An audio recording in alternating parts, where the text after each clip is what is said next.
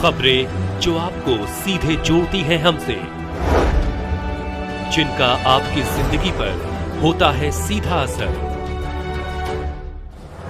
खबरों की वही तस्वीर, बिना बदले बिना डरे, जज्बा सच का लिए, सच दिखाते हैं।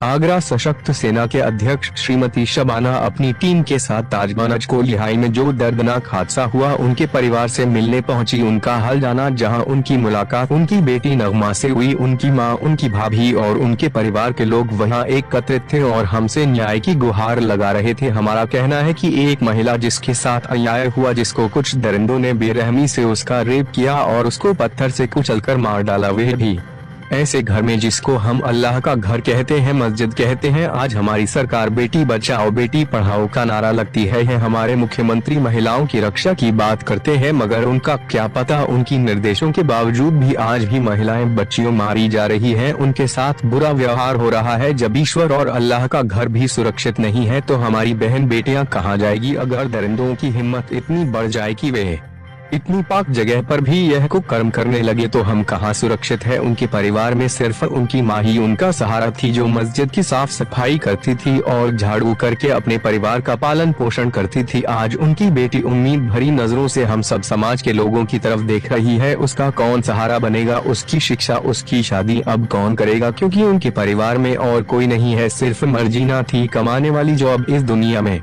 नहीं है। उनकी बेटी नगमा का कहना है कि हमें सिर्फ न्याय चाहिए, उन दरिंदों को सजा मिलनी चाहिए। उसने परम आदरणीय मुख्यमंत्री योगी जी से भी अपील की है कि वे हमारी मदद करें। हम उसके बाद थाना ताजमानज में शोध साहब से मिले थे। उन्होंने हमें आश्वासन दिया है कि जल्दी मुजरिम पुलिस की पकड़ में होंगे। सेना की तरफ से हमारा कहना है कि अगर ऐसा नहीं हुआ तो हम 7 दिन बाद ताजमानज थाने पर उनके परिवार के साथ धरने पर बैठ जाएंगे, क्योंकि हमारा मानना है नारी के सम्मान में सेना है मैदान में, चाहे जो हो उन दरिंदों को जेल जाना पड़ेगा। हमारे साथ जाने वालों में मनोरथ सिंह, ताज मोहम्मद, इरशाद कुरैशी, तौफीक खान, मतीन खान, परवेज आलम, मधु, संजीदा खान आदि मौजूद थे। आगरा से नीलम ठाकुर की रिपोर्ट। जैसे मेरी माँ को तड़प तोड़ के मारा है, वैसे उन लोगों को चाहती हूँ ऐसे मरे वो कि वो मौत मांगे, ये वो भी ऐसे तड़प तोड़ के मरे हैं। इंसाफ चाहती हूँ मैं अपनी माँ का। मेरी बेरहमी से मारा मेरी माँ को। मेरी माँ ने तो किसी ने कुछ भी नहीं बिगाड़ा था, जिसने मेरी माँ को मारा है। मैं ये चाहती हूँ आप बेटियों के साथ बहुत सपोर्ट करते हो। हाँ, योगी जी करते हैं, आप बताओ क्या कहना मुझे भी वही सपोर्ट चाहिए, आप लोग मुझे भी सपोर्ट करो, क्योंकि मैं मुसलमान हूँ, पुलिस वाले मेरी नहीं सुन रहे। बस इतना चाहती हूँ, आप लोग मेरी मदद करो, मुझे इंसाफ दिलाओ, मेरी माँ को सुकून मिल जाए। जैसे मेरी माँ की हालत करी है उन लोगों ने, बस आपसे उम्मीद है, आपसे सहारा बस खाली मेरा, और कोई नहीं है मेरा। तो पुलिस वाले भी नहीं सुन रहे मेरे तो। कोई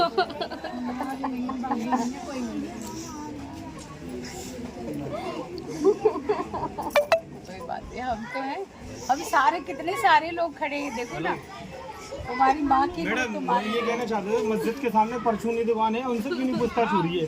वो हमेशा वहीं की गली वहीं रहते हैं, सुबह से लेकर रात तक वहीं रहते हैं हमेशा। उनके घर भी हैं और 3-4 दुकानें भी हैं, उनसे पूछताछ होनी चाहिए ना। वो वहीं पे रहते हैं, सुबह से लेकर रात तक उनकी दुकान है, उनसे पूछताछ होनी चाहिए। जो आसपास घर है, कौन आया उस टाइम पे? वो तो वहीं पे रहते हैं ना, दुकानें उनकी।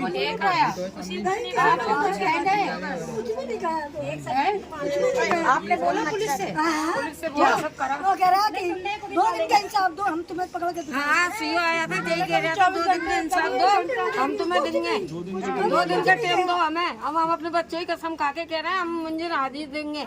और वो चला गया, मट्टी इधर आई, इधर भाग गया वो। 2 दिन हो गए, वो भाग गया।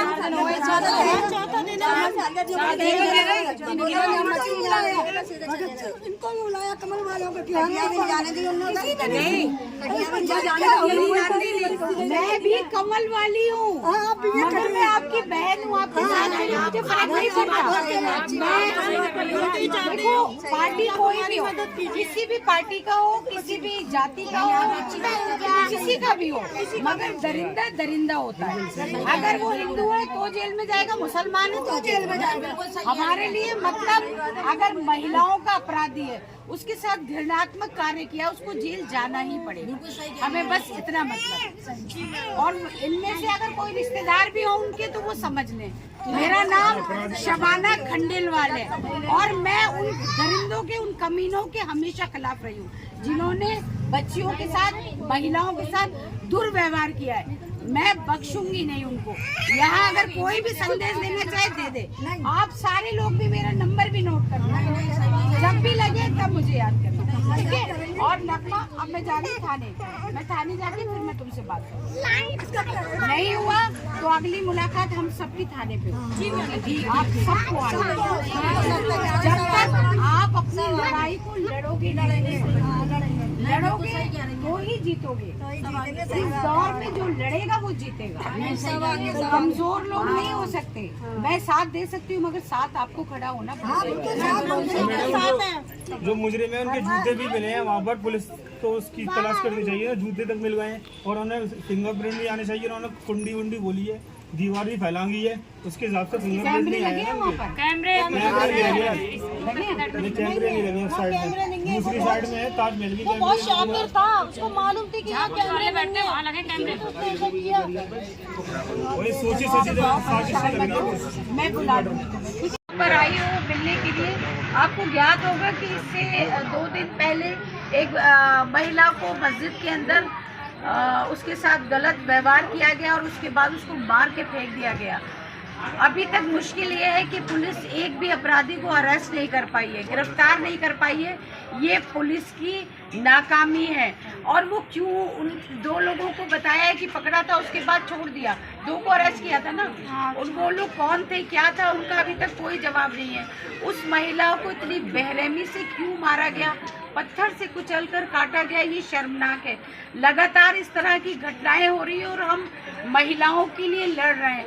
हमारी सरकार वायदा करती है महिलाओं की रक्षा, महिलाओं की सुरक्षा, महिलाओं का मान, महिलाओं का सम्मान कहाँ हो रहा है।